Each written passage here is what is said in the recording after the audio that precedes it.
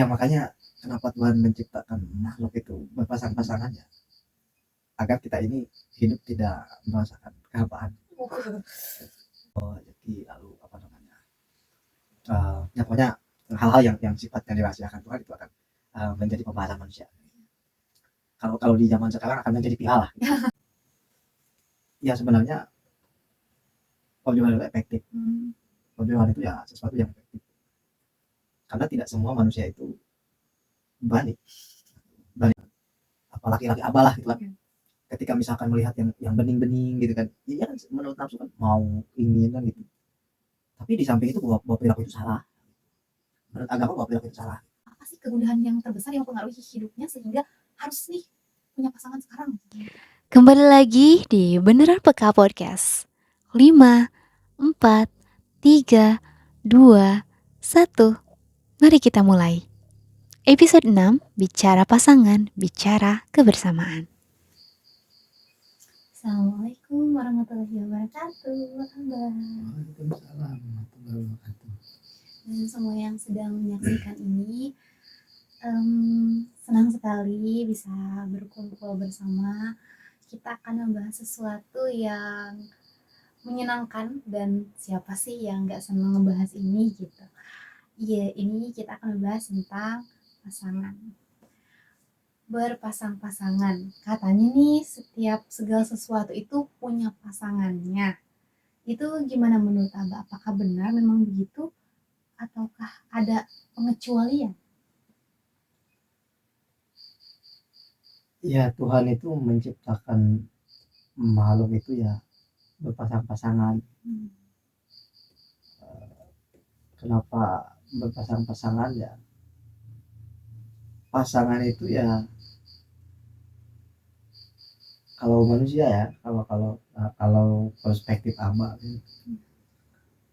pasangan itu adalah seseorang yang selalu bersama. Seseorang yang selalu bersama itu pasangan. Kalau misalkan apa namanya, seseorang yang enggak bersama-sama ya bukan berpasangan. Abah melihat kebersamaan ini apakah secara fisik ataukah secara perasaannya atau bayangan-bayangannya? Kan kadang fisiknya di sini tapi perasaannya misalkan terkait dengan sesuatu atau dengan satu orang atau sosok tertentu. Itu gimana menurut Abah? Sah gak tuh sebagai pasangan? Ya bersama-sama itu kan wujud dari ekspresi hati. Kenapa kita bersama-sama, yaitu bagian dari wujud ekspresi hati. Kalau misalkan secara fisik kita tidak bersama-sama, tapi hanya pikiran dan hati, berarti ekspresinya tidak terwujud. Jadi wujud bersama-sama itu ya harus terekspresikan secara fisik gitu. Jadi belum benar disebut pasangan kalau masih sebatas imajinasi, di alam imajinasi ya, gitu. Belum gitu ya? Belum. Karena yang namanya berpasangan itu ya, berpasangan itu bersama-sama itu ya antara laki-laki dan perempuan itu merasakan hal yang sama, perasaannya merasakan hal yang sama, lalu pemikirannya berpikir yang sama. Kalau perasaan tidak merasakan hal yang sama, kemudian pemikirannya tidak sama gitu kan, ya itu bukan pasangan sebenarnya. Dan ketidaksamaan itu mempengaruhi kebersamaan di secara fisiknya itu ya? Ya bisa jadi ya. Jadi begitu. Atau kalau misalkan cuman raganya doang, fisiknya doang, nanti keropos dan lama-lama ya makanya kenapa Tuhan menciptakan makhluk itu berpasang-pasangan ya, agar kita ini hidup tidak merasakan kehampaan. Oke. Jadi ini apa ya, pengalaman Abah saja, nggak tahu orang lain kan gitu. Dulu sebelum Abah memiliki istri gitu, belum tahu jodoh Abah siapa gitu kan. Pacaran ya sebatas kenal gitu kan, lalu misalkan ketika belum diikat oleh akad nikah gitu, oleh akad pernikahan itu, jadi hidup dunia ini terasa apa ya, bingung. Hidup dunia ini terasa hampa, hidup dunia ini terasa ini mau sebenarnya kita hidup ini mau ngapain dan harus gimana gitu kan. Jadi kegelisahan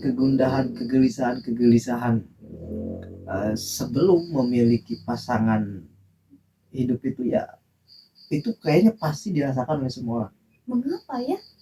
Kenapa dirasakan oleh semua orang gitu? Karena dia hidupnya belum menemukan sosok yang saling melengkapi, belum menemukan sosok yang saling akan menyempurnakan. Sepertinya semua manusia ketika belum menemukan pasangan hidupnya itu akan merasakan kegundahan. Hidup serba salah, punya duit pun serba salah, Iya. makan pun serba salah gitu kan.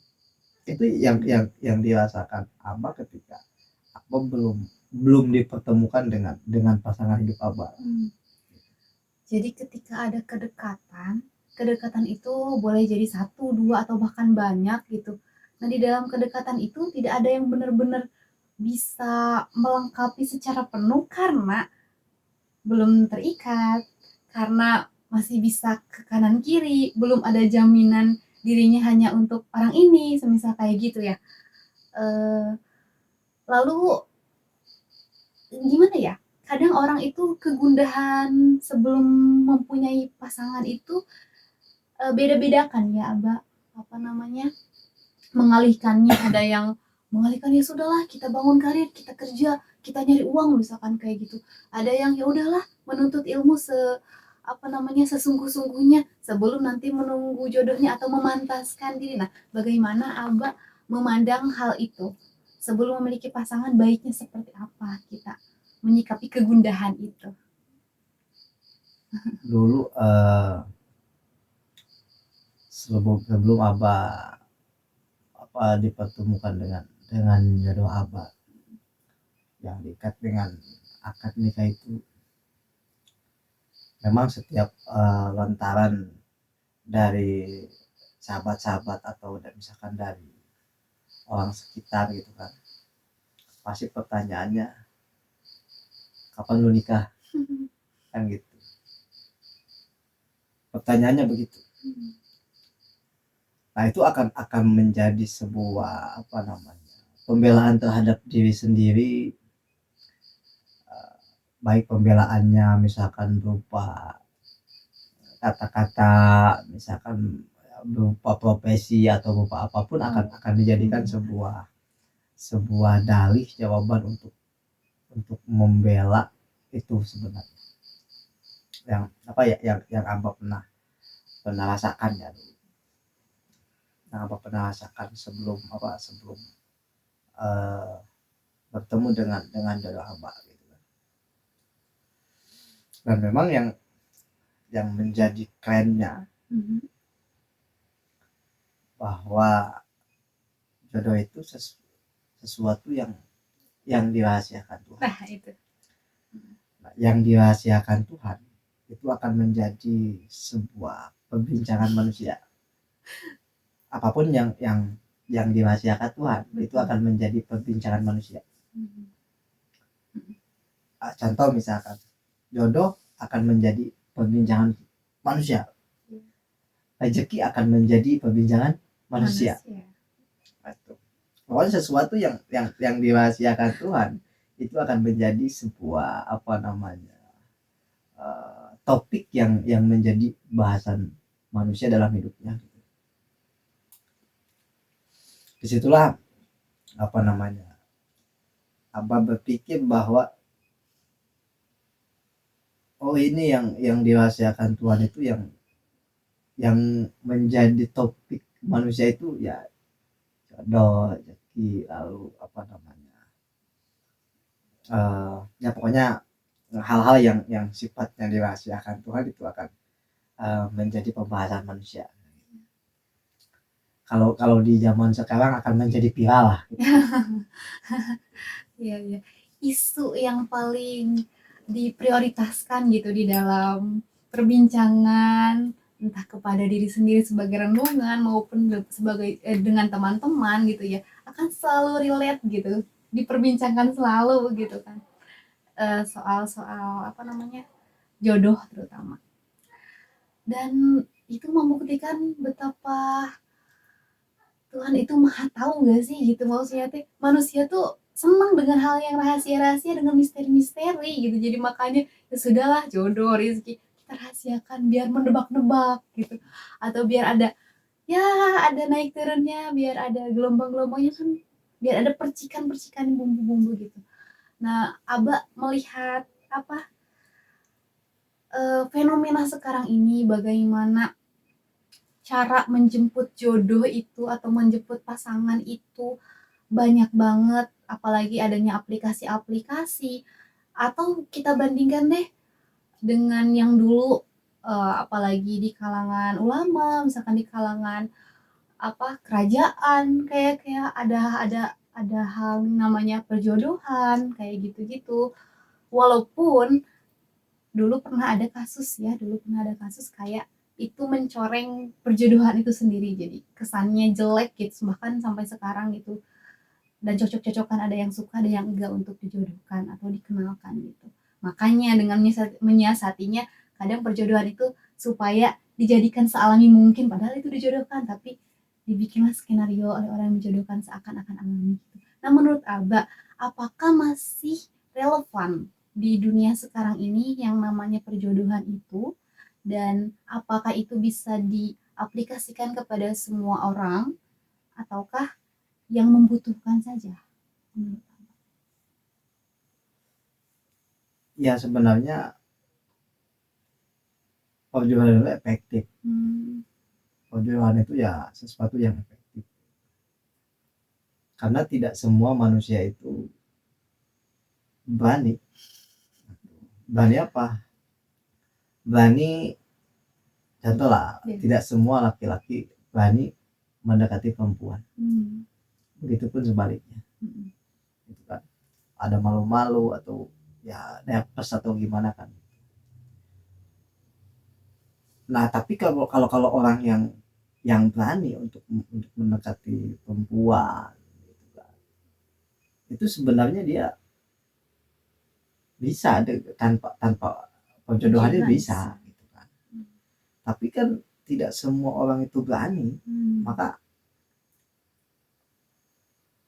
ketika orang yang apa namanya malu-malu atau misalkan tidak berani untuk mendekati perempuan ataupun sebaliknya, maka baiknya didorong untuk menemukan pasangan hidupnya gitu. Jangan sampai dibiarkan atau dijadikan sebuah candaan ya, atau apa namanya kalau sekarang bully ya, padahal nggak lucu sama sekali nah, gitu apalagi kan. yang merasakannya. Itu harusnya harus dibantu gitu kan. Jadi perjodohan itu ya jalan untuk membantu agar seseorang menemukan pasangan hidupnya gitu. Kan masalah cocok dan cocok kan bisa berkata bisa menolak kan gitu. Ada opsi cocok gitu ya, bisa tidak menolak kan gitu. Sebenarnya kenapa ada istilah harus apa namanya harus dicarikan pasangan hidup, ya itu untuk membantu saja sebenarnya. Apa jodohan ini efektifnya apa? Karena itu sebagai pelantara, sebagai bantuan untuk orang agar menemukan pasangan hidupnya. Dan jadi filter ya kalau misalkan orang tersebut belum mempunyai kapasitas misalkan gitu untuk jadi rawan gitu untuk memilih yang kurang tepat atau yang kurang baik gitu ya. Orang-orang yang menyayanginya yang punya keilmuan gitu, tahu apa namanya yang harus dipertimbangkan, mungkin ini yang lebih bagus, ini yang pertimbangan yang lebih lebih harus diutamakan gitu, agamanya seperti itu ya. Dan menjembatani itu tadi, bahwa yang negatif, yang membuat negatif salah satunya dari perjodohan itu karena ada stigma bahwa semua harus harus banget diterima gitu, padahal ada opsi untuk menolak, ada opsi untuk berkata tidak. Nah, menurut Aba, untuk sekarang ini, apakah kita harus mulai untuk melihat orang-orang di sekitar kita yang sekiranya kita bantu, kita coba bantu semaksimal mungkin yang kita bisa, ataukah kita bagaimana menurut Abah? Ya kalau menurut Abah sih, karena kita itu diperintahkan untuk saling tolong menolong ya dalam hal apapun, ya kita harus membantu terhadap orang-orang yang yang belum menemukan pasangan hidupnya. Harus membantu mencarikan, lalu membantu menjadi pelantara, menjadi wasilah begitu kan. Ya harus gitu kan. Ya biar orang ini hidupnya itu merasa tidak terabaikan oleh orang sekitar, tidak terabaikan oleh sahabatnya gitu kan. Kalau menurut Abah bahwa perjodohan ini ya sesuatu yang efektif. Kenapa dikatakan efektif? Bahwa dengan namanya perjodohan itu, jadi pacarannya itu di saat pasca nikah. Nah itu Nah, itu kan saat pasca nikah. lebih romantis. Nah, jadi kadang sulit untuk untuk terjadinya sebuah perpisahan, sebuah perceraian, karena dia merasakan hidup kebahagiaan berpacarannya di pasca nikah. Kalau misalkan kita lebih dulu pacaran sebelum menikah, ya mungkin saja kalau kita tidak bisa membawa setelah nikahnya kan bisa bosan atau bisa terjadi perselingkuhan atau bisa terjadi apalah gitu kan. Ya karena bangunan yang dibangunnya didasari dengan ya yang namanya nafsu gitu kan. Ya setiap contoh lah misalkan laki-laki abalah gitu kan, ketika misalkan melihat yang bening-bening gitu kan, ya kan menurut nafsu kan mau ingin kan gitu. Tapi di samping itu bahwa perilaku itu salah. Menurut agama bahwa perilaku itu salah. Kenapa dikatakan salah? Bahwa kita itu mencintai perempuan itu ya harus ikhlas cinta, jangan berdasarkan karena gitu. Kita mencintai perempuan itu ya harus betul-betul, nggak karena gitu. Atau misalkan Abah ini mencintai ibu karena cantik misalkan, ya berarti kalau nggak cantik berarti, nah itu jadi cinta itu nggak usah pakai pakai alasan lah gitu. Jadi cinta itu nggak ada alasan, betul-betul cinta itu yang tulus itu nggak ada alasan, nggak ada karena lah.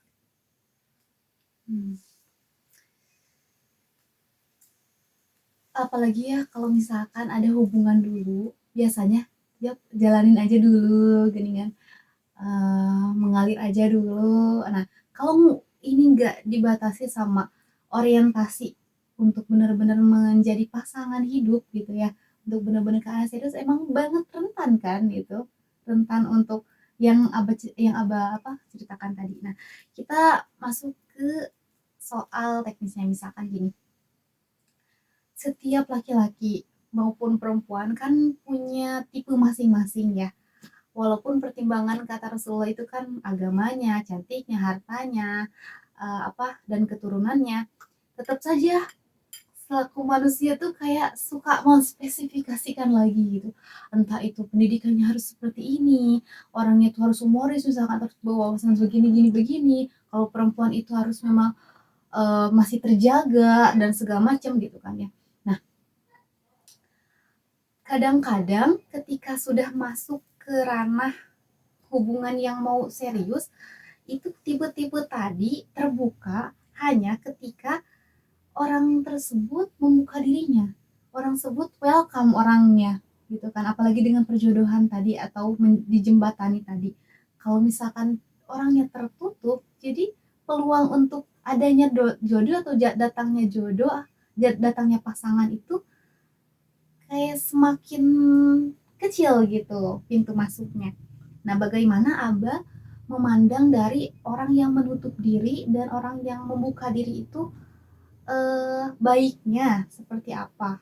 Dan batasan dari membuka dan menutup dirinya itu untuk ke arah menjadi pasangan itu baiknya seperti apa sih untuk memudahkan proses ini? Ya semuanya masing-masing orang itu kan beda-beda versi ya, beda-beda versi. Terkadang ada orang yang susah banget terbuka gitu, ada orang yang secara ekspresif terbuka gitu kan, ya masing-masing berbeda lah gitu kan. Nah, maka untuk agar orang itu terbuka ya harus ditanya oleh orang yang dia percaya, yang dia percaya. Kalau ditanya oleh orang yang dia nggak percaya, ya nggak mungkin welcome, ya nggak mungkin open minded lah gitu. Tapi kalau misalkan ditanya oleh orang yang dia percaya, pasti akan terbuka seluas-luas mungkin.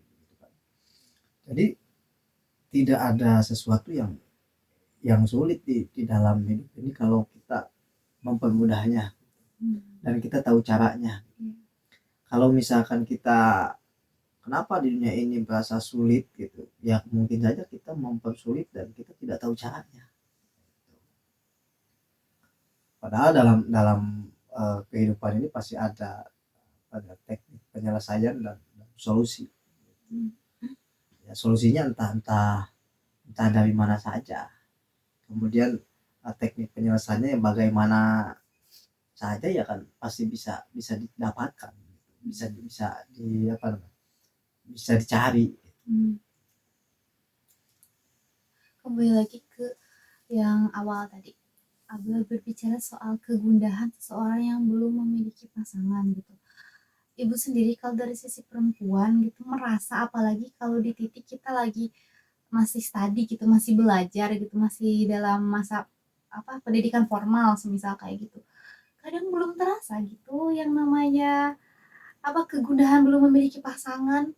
Paling galau-galauannya galau-galau remaja, dewasa muda ya paling ke tulisan dan story, nggak sampai harus membuat perbedaan yang gimana banget di dalam kehidupan gitu. Nah, Aba dengan bukan hanya diri Aba ya, dengan lingkungan Aba yang mungkin masih mungkin punya teman atau partner atau apapun begitu yang belum memiliki pasangan, itu apa sih kegundahan yang terbesar yang mempengaruhi hidupnya sehingga harus nih punya pasangan sekarang misalkan gitu? Ya Abah sendiri, ya ini pengalaman Abah sendiri sebenarnya. Meskipun Abah punya aktivitas, tapi dikala sendirian itu akan merasakan bahwa hidup ini hampa tanpa pasangan. Ketika misalkan sendirian, hidup ini terasa bingung, gak jelas lah, gak jelas orientasinya. Itu dikala sendirian. Gitu. Kalau dulu di waktu-waktu ketika belajar, memang tidak tidak terpikirkan, bahkan tidak terasa. Tidak terasa. Tapi ketika sudah berada pada zona bahwa sudah saatnya harus memiliki pasangan, itu akan ada kegundahan, ketidakjelasan, kebingungan dalam itu pasti ada. Itu yang abang rasakan. Maka ketika abang merasakan itu, apa yang inisiatif abah ketika itu gitu kan? Solusinya ya bahwa Tuhan itu menciptakan makhluknya berpasang-pasangan. Disitulah abah melakukan permintaan, berdoa gitu kan, ya berdoa kepada Tuhan,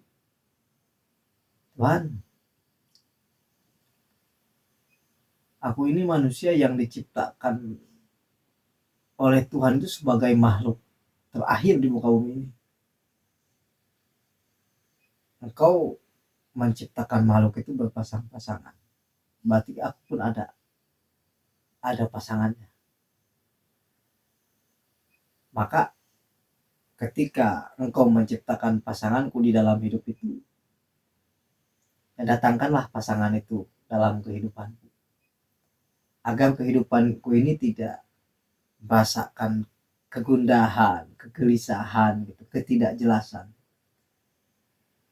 Karena ketika hidupku sudah lengkap, gitu, sudah bisa saling melengkapi, disitulah aku akan akan terasa bahwa hidup ini tenang untuk menghadapmu.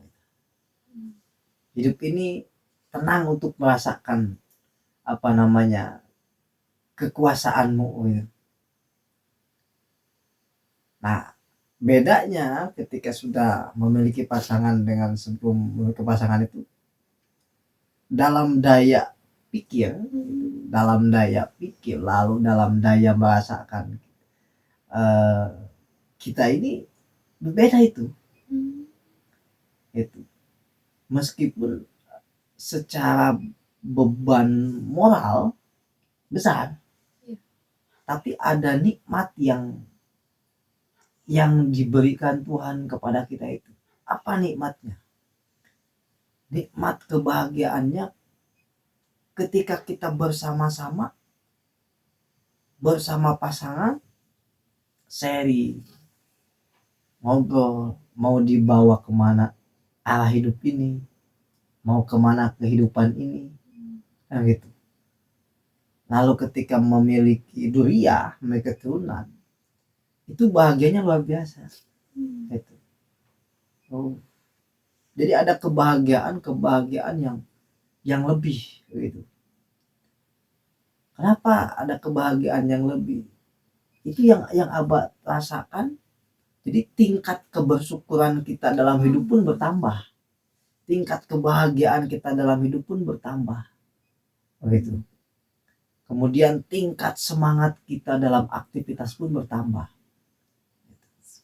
Jadi memiliki pasangan, dipertemukan dengan pasangan itu akan menambah kebaikan, akan bertambah-tambah kebaikan, akan bertambah-tambah nilai kehidupan. Gitu. Kalau yang abah rasakan, disitulah tahu bahwa nikmat yang diberikan Tuhan itu banyak. Nikmat yang diberikan Tuhan itu luas. Maka di situ pun rasa syukur kita ketika nikmat yang banyak datang kepada kita akan bertambah. Nah, ini pengalaman yang abah rasakan dan abah pikirkan gitu, setelah bertemu dengan pasangan hidup.